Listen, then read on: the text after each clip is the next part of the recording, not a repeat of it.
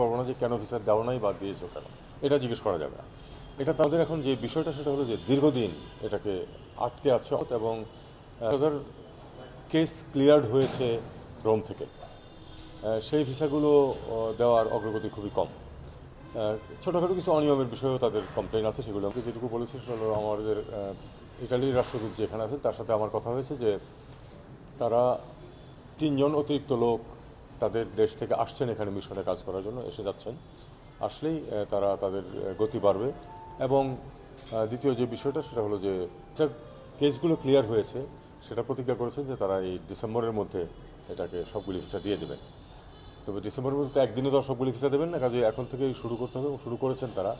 গতি এখনও কম, আমরা চেষ্টা করব যে এই গতিটা যাতে বাড়ে, যাতে করে আসলেই 20,000 ভিসার বা তার কাছাকাছি অন্তত যেন এই বছরের শেষ নাগাদ ইস্যু হয়ে যায়। বাকি